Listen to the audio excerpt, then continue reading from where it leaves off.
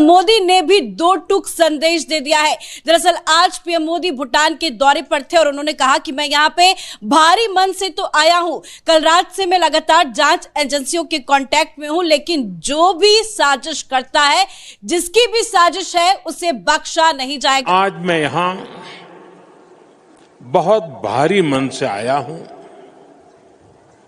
कल शाम दिल्ली में हुई भयावह घटना ने सभी के मन को व्यथित कर दिया है। मैं पीड़ित परिवारों का दुख समझता हूं। आज पूरा देश उनके साथ खड़ा है। यह कि आज सुबह ही कुछ बंदे इन्होंने पकड़े थे और कह रहे थे जनाब उनका ताल्लुक इस्लामिक स्टेट से है, या कल पता नहीं पकड़े थे, तो उस हवाले से जो है वो बात की जा रही है। What do you make of that? कैसी सिचुएशन चल रही है इस वक्त? आपको पता है कि इंडिया की जो फौज है वो एक्सरसाइजेस भी कर रही है पाकिस्तान के बॉर्डर के ऊपर। कि जो लोगों ने इस काम को अंजाम दिया है वो कहीं भी हो, उनको छोड़ा नहीं जाएगा। मतलब आप ये समझ लीजिए कि ऑपरेशन सिंदूर पार्ट 2 कभी भी किसी भी वक्त शुरू हो सकता है। जो इसके अंदर लोग डिटेन किए गए हैं या जिनके ऊपर कहा जा रहा है, उन सबका जो रिलेशन है वो पुलवामा से निकल रहा है। ये बड़ी अजीब बात है कि जो पुलवामा के रहने वाले हैं वो लोग जो है इसके अंदर डिटेन किए जा रहे हैं, और उसके कई एक मुस्लिम नेम्स हैं जो इसके अंदर सामने आ रहे हैं। जैसे जो कल रेड फोर्ट में ब्लास्ट हुआ, अब वो धीरे धीरे ये पता लग रहा है कि डेफिनेटली वो एक आतंकवादी घटना थी। तो बिल्कुल ऐसा हुआ है। बहुत अफसोस की बात है कि हुआ है, लेकिन ये तो आप जानते ही हैं कि हिंदुस्तान हो या पाकिस्तान हो, जैसे ही कुछ होता है तो सबसे पहला शक तो हम एक दूसरे पे ही करते हैं। तो इसलिए शायद उन्होंने भी, अभी इन्वेस्टिगेशन चल रही है, लेकिन बहरहाल पाकिस्तान का थोड़ा बहुत ज्यादा नहीं, लेकिन थोड़ा बहुत नाम लिया जा रहा है। और इसके पीछे अब पूरा नेटवर्क सामने आ गया है कि ये काम जैसे मोहम्मद के स्लीपर सेल के द्वारा किया गया, और कोई आज की बात नहीं, एक लंबी प्लानिंग के साथ ये काम किया गया। कैसे ये जो डेवलपमेंट है इसको देख रहे हैं? क्या नई डिटेल्स जो आई हैं उसमें कहा यह जा रहा है आपके जो प्रोब है वो टेरर प्रोब के तौर पर उसको लिया जा रहा है, कोई दहशतगर्दी का इसके अंदर एलिमेंट पाया जा रहा है? कुछ जो मीडिया चैनल्स हैं, खास तौर पर मैं इस पे स्ट्रेस करूंगी कि जो इंडिया का मीडिया है, मीडिया चैनल्स, वो काफी ज्यादा इसके ऊपर जोर दे रहे हैं कि जैश या कोई ऐसी जो ऑर्गेनाइजेशन या पाकिस्तान का नाम ले रहे हैं कि ये दहशतगर्दी का धमाका है, जबकि अभी तक हमें किसी अथॉरिटी या किसी गवर्नमेंटल लेवल पे कोई हमें ऐसी चीज नजर नहीं आती किसी ने ये कहा हो। और पाकिस्तान की तरफ से भी मैं देख रही थी कि क्या कुछ किसी ने कहा है, तो किसी ने कुछ नहीं कहा, मीडिया में चल रहा है। वो टू यू कर्नल साहब, आप बताइए कि क्यों इसको इसमें क्यों ये कहा जा रहा है कि दहशतगर्दी शामिल है या दहशतगर्द मुलव्विस हैं और ताना बाना जो है वो जाके पाकिस्तान से जुड़ता है? ऐसा क्यों है सर? अभी तो कोई ऐसी इन्वेस्टिगेशन नहीं हुई। सबसे बड़ी बात है आलिया जी, आपको, आपकी आवाम को और हमारे को भी ये बात समझनी पड़ेगी कि अगर किसी भी तरह का कोई भी ऐसा हादसा हो जिसमें जान और मान की हानि होती है, we lose people, cannot be ever termed as humanitarian. So any death which is taking place because of a blast, and this appears to be a planned blast, जिसको मैं बोल सकता हूं, क्योंकि एक गाड़ी अपने आप में ब्लास्ट हो जाए कोई बड़ी बात नहीं है, एक्सीडेंट माना जा सकता है, बट एक गाड़ी जिसके अंदर अमोनियम नाइट्रेट रखा हुआ पाया गया है कि traces of that is there, तो इसका मतलब है एक गाड़ी के अंदर अमोनियम नाइट्रेट होना is not normal, it just can not be normal. क्योंकि अमोनियम नाइट्रेट आप क्यों उस गाड़ी में रखेंगे? पहली बात, अगर चलिए मैं मान भी लूं कि अमोनियम नाइट्रेट काम कहां आता है, अमोनियम नाइट्रेट काम आता है माइनिंग इंडस्ट्री में ब्लास्ट करने के लिए। मतलब ये आपके यहां मेरे यहां पूरे वर्ल्ड में सेम है, ठीक है ना? That is one of the uses of that. तो अब किसी भी तरह की माइनिंग एक्टिविटी दिल्ली में तो हो नहीं सकती, दिल्ली में जरूरत भी नहीं है। सो वहां से सवाल उठता है कि अमोनियम नाइट्रेट, वो भी एक कार के अंदर, और वो car for whatever reason blast करती है। तो मैं आपके सामने रखता हूं 3 थ्योरी, आप उसमें से पिक एंड चूज कर लीजिए। एक थ्योरी ये है कि वो अमोनियम नाइट्रेट दिल्ली में किसी माइनिंग इंडस्ट्री के लिए जा रहा था और उसकी टक्कर हो गई और वो ब्लास्ट हो गया।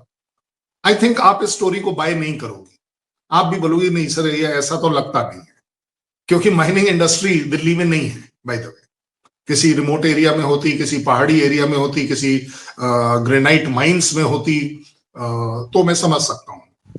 नेक्स्ट पॉसिबिलिटी क्या है कि yes this is just a accident. अगर जस्ट अ एक्सीडेंट होता तो वो जो उस गाड़ी के अंदर का पेट्रोल और सीएनजी है सिर्फ उसी के ट्रेसेस पाए जाते कि yes there would have been no ammonium nitrate, then it would have been a accident. Very simple. अच्छा, एक्सीडेंट भी कैसे होता? भाई कोई दो गाड़ी आपस में कोलाइड करती, कहीं टक्कर लगती, तब होता एक्सीडेंट। तो आई एम वेरी श्योर ये भी नहीं हुआ, और वो भी एक रेड लाइट के पास जहां वो गाड़ी रुकी थी वहां पर ब्लास्ट हुआ है। दैट मीन्स गाड़ी रुक गई। तो ज्यादा बड़ी बात ये भी आ गई कि आप ये वाली स्टोरी में भी एक्सेप्ट करेंगी कि नहीं कर्नल साहब ये एक एक्सीडेंट टक्कर वाला नहीं है, कि दो गाड़ियों में टक्कर हुई और उनकी दोनों की गाड़ियों की टक्कर इतनी जोर से हुई कि दोनों के अंदर का पेट्रोल जो था वो जल गया और वो एक ब्लास्ट के तौर पर निकल आया। मैडम, भारत के अंदर लाल किला के अंदर एक हमला हुआ है, हमला कह लें या इसको ब्लास्ट कह लें, जहाँ पे कुछ लोगों की 8-10 लोगों की जान चली गई है। क्या कहेंगी? कई जो मीडिया के लोग हैं वो तो ये कह रहे हैं कि पाकिस्तान पे इल्ज़ाम लगा रहे हैं वक्त से पहले ही, अभी तो कुछ हुआ भी नहीं, कोई बात भी नहीं है।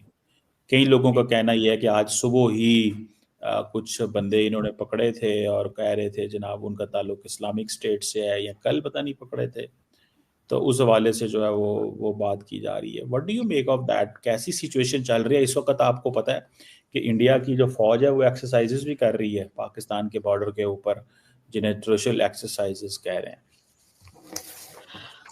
बिल्कुल सर। खैर ये तो मैं शुरू में इत्तेफाक से मैं अपना लाइव शो कर रही थी जिस वक्त ये अटैक का पता लगा या ब्लास्ट का पता लगा, तो मैंने जब फौरी तौर पर जाकर पहले टीवी चैनल्स को ही, इंडियन टीवी चैनल्स को ही चेक किया, तो कुछ डिफरेंट किस्म की न्यूज आ रही थी। कोई कह रहा था कि सिलेंडर फटा है, कोई कह रहा था अटैक हुआ है, कोई कह रहा था गाड़ी में कुछ था और वो गाड़ी ब्लास्ट कर गई है, और उसके बाद आसपास जो गाड़ियां हैं उनको भी डैमेज हुआ है। तकरीबन 10 के करीब लोगों को कहा गया उनकी जानें गई हैं, और इसी तरीके से 20-30 के करीब लोग जो हैं वो जख्मी हुए हैं।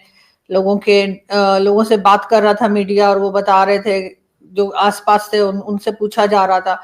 तो बिल्कुल ऐसा हुआ है। बहुत अफसोस की बात है कि हुआ है, लेकिन ये तो आप जानते ही हैं कि हिंदुस्तान हो या पाकिस्तान हो, जैसे ही कुछ होता है तो सबसे पहला शक तो हम एक दूसरे पे ही करते हैं।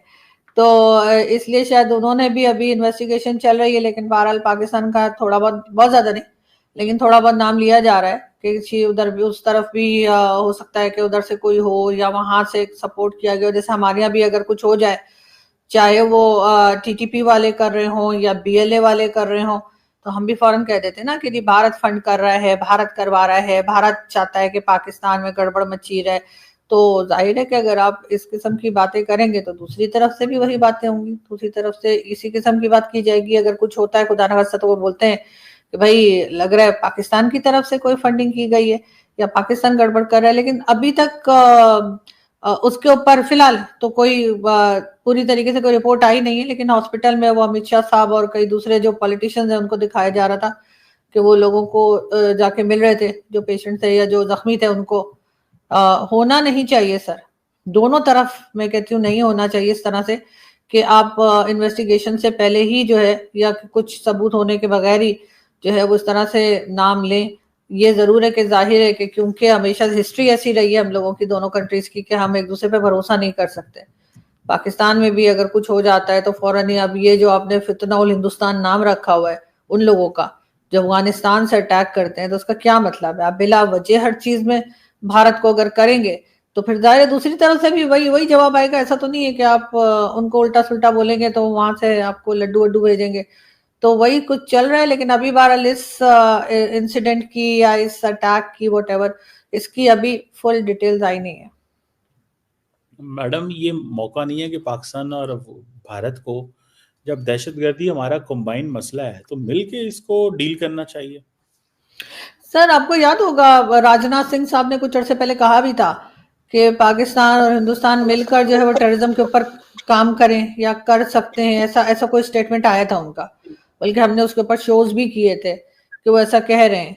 लेकिन अगर आप बार बार जो आप और कई लोग कहते भी हैं कि हिंदुस्तान पाकिस्तान को डायलॉग करना चाहिए, जिसपे हम लोग कहते हैं कि जी क्या बात की जाएगी, तो जाहिर है वो टेररिज्म पे ही बात होगी और तो कुछ नहीं होगी।